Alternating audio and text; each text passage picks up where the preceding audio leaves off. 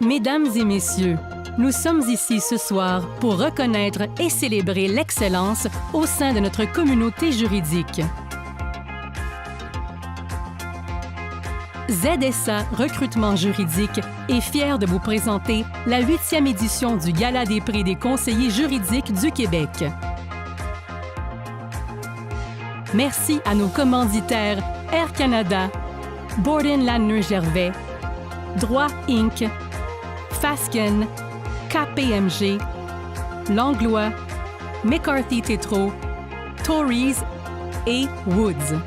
Nous souhaitons la bienvenue à nos chers invités, les représentants des plus grands cabinets et entreprises du Québec, ici présents pour cette célébration. Sans plus tarder, veuillez accueillir votre maître de cérémonie pour la soirée, avocat pour Desrosiers, Joncas, Nouret, Massicotte. Mesdames et messieurs, voici maître Michel Massicotte. Alors, bonne soirée à tous et bienvenue à la 8e soirée d'attribution des prix ZSA des conseillers juridiques du Québec. Mais pourquoi, vous demanderez-vous, faire appel à un criminaliste qui pratique ce métier depuis 42 ans afin d'animer cette soirée? En effet, faut-il le dire, je suis l'incarnation même de la relation quasi secrète entre le conseiller juridique d'entreprise et le criminaliste. Ainsi, bien que plusieurs d'entre vous me connaissiez ou ayez mes coordonnées dans vos poches, vous ne voulez pas être vu en ma présence dans un endroit public. Je ne me souviens pas d'avoir été invité à un lunch ou à un dîner par quiconque d'entre vous dans un restaurant où vous auriez pu être vu en ma compagnie. Et lorsque vous devez me rencontrer, c'est généralement en fin de soirée, alors que les préposés au ménage arpentent les corridors de vos bureaux, ou aux aurores dans une de vos salles de conférence les plus sombres, avant que le personnel ne débute la journée, ce qui est un gage d'anonymat le plus total. Dans les faits, la véritable raison de ma présence ici ce soir, la voici.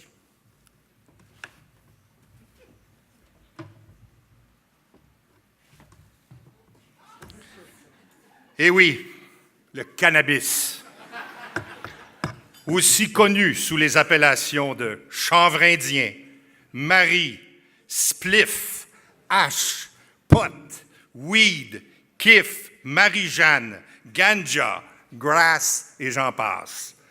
Comme vous pouvez le constater, mon plan est à l'image de l'inventaire de ce que l'on peut trouver aux différentes succursales de la Société québécoise du cannabis, chétif et en sérieux manque de vitalité.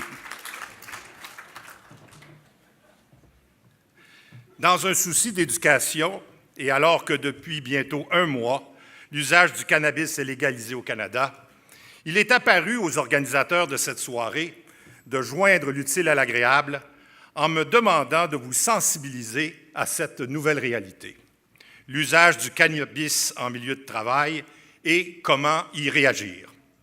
En effet, qui d'autre que vous, les conseillers juridiques d'entreprise, êtes mieux placés afin de détecter la problématique liée à cette consommation et à y faire face adéquatement.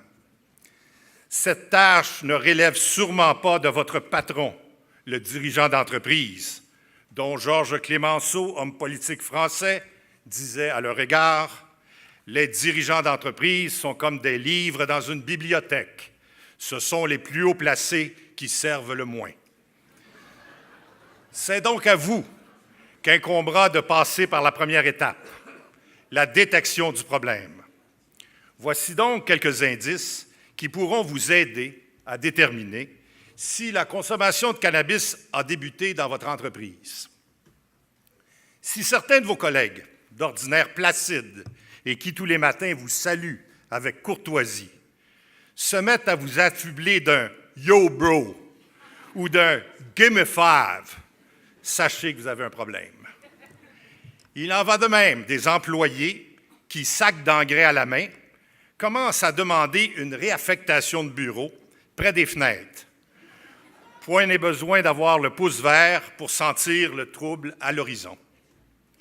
Si d'autre part, des employés qui jusqu'alors dînaient à la cafétéria ou amenaient leur lunch passent maintenant devant vous, chaudement emmitouflés, vous annonçant, dis-je, qu'ils vont prendre une bouchée à l'extérieur, vous n'aurez aucune difficulté à les retracer près de Sainte-Catherine et Metcalfe, dans la file des clients de la nouvelle SQDC, quoique par les temps qui courent, l'approvisionnement laisse à désirer et qu'il y a plus de danger de se geler par la température que par des produits dérivés, tels le déodorisant à base de patchouli ou le dentifrice au goût de cannabinol.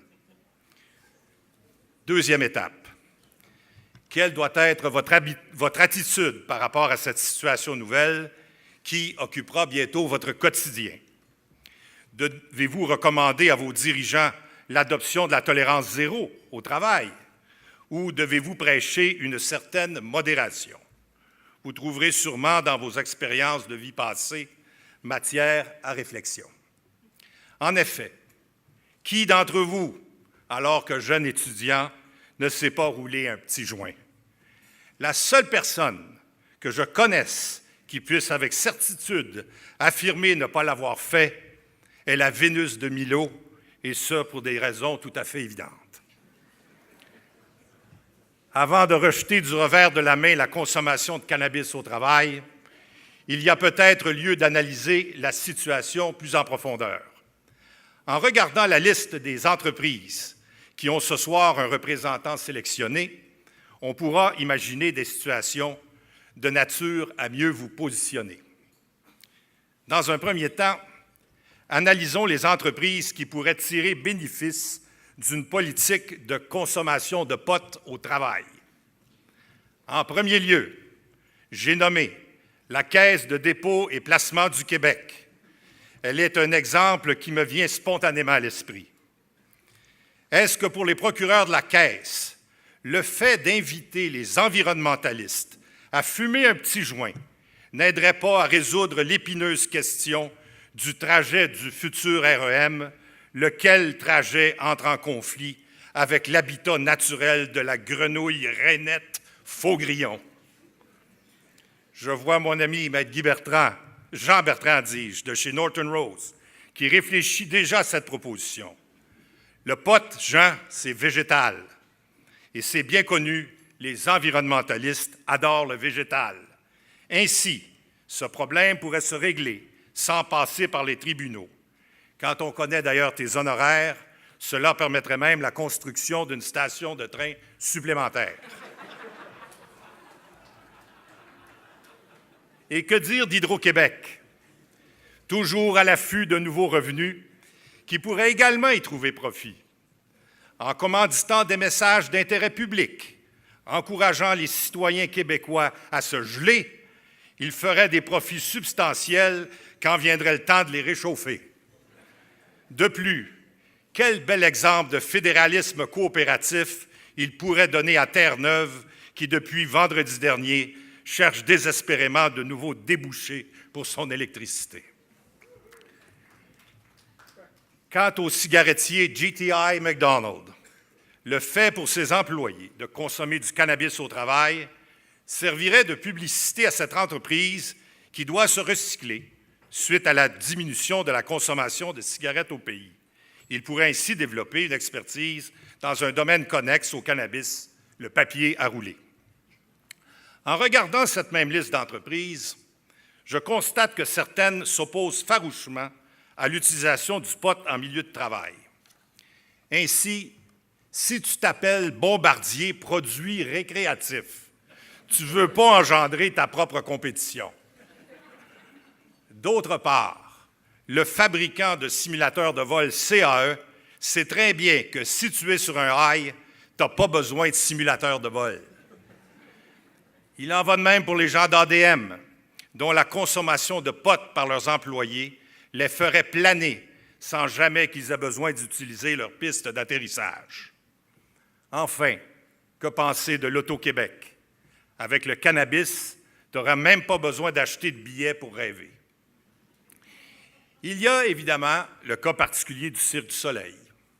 Au-delà de la rumeur concernant la consommation de pot de ses fondateurs dans leur jeunesse, quand tu as mis sur pied des spectacles aux noms aussi bizarres que Veracay, Corteo, Dralion ou Allegria, on comprend que tu n'as pas attendu la législation du cannabis avant d'en consommer.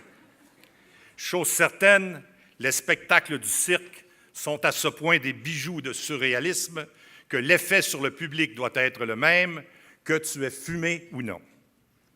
Il y a finalement les corporations pour lesquelles le problème de la consommation de pot au travail indiffère complètement. Ainsi en est-il de CBC Radio-Canada. À écouter certaines émissions comme La Petite Vie, l'on ne peut qu'en arriver à la conclusion que par rapport au cannabis, une politique de « don't ask, don't tell » a depuis longtemps été adoptée.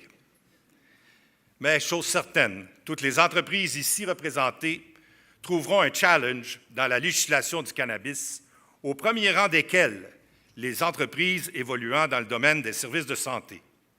Fruit du hasard, me direz-vous, mais admettons qu'ils sont représentés en grand nombre ici ce soir.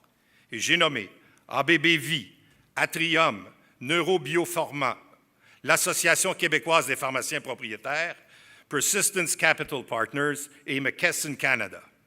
À vous tous, je dis ceci. Préparez-vous à vivre un achalandage à nul autre pareil quand viendra le temps de trouver des volontaires pour vos études cliniques sur les effets du pot. Et surtout, soyez davantage prévoyants que la SQDC dans votre approvisionnement. So to all of you who are present here tonight, I want to wish the best of luck as finalists in the different categories of legal counsel for the ZSA prizes. Nous vous prions maintenant de régler vos portables en mode silence. Si vous souhaitez faire un commentaire, nous vous invitons à utiliser Twitter au mot-clic /PCJQ. Excellent dîner et bonne soirée de gala.